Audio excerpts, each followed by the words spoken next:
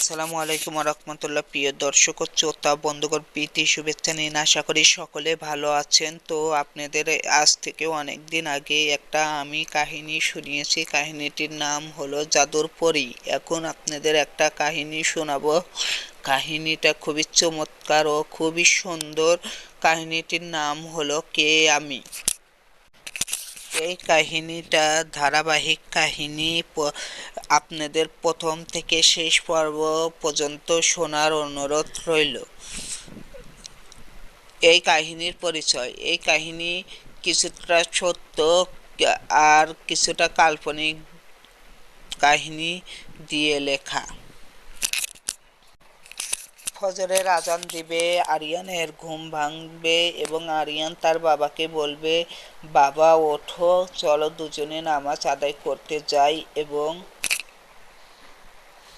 তার বাবা ঘুম থেকে উঠবে এবং দুই বাবা ছেলে মিলে মসজিদে জামাতের সাথে নামাজ আদায় করবে।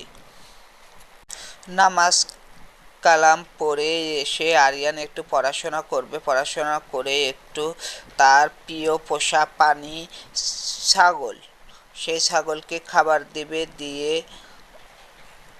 সে খাবার খাবে এবং মাদ্রাসার দিকে বাবা ছেলে রওনা হবে।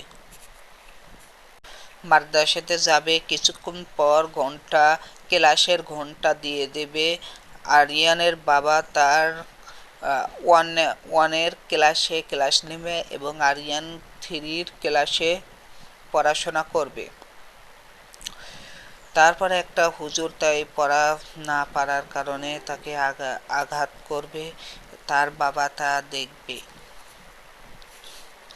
দেখে হুজুরকে, আপনি এত বড় সাহস, আমার ছেলেকে আঘাত করলেন, আপনার এই মাদ্রাসাতে আমার ছেলেকে আর পড়াবো না। তারপরে আরিয়ানকে আর মাদ্রাসা যেতে দিবে না। তো প্রিয় দর্শক ও শ্রোতা বন্ধুগণ, কথা হবে আগামী পর্বে। আরিয়ান কি মূর্খ হয়ে থাকবে না পড়াশোনা করে মানুষের মতন মানুষ হবে? শুনুন কে আমি ধারাবাহিক কাহিনী প্রত্যেক দিন।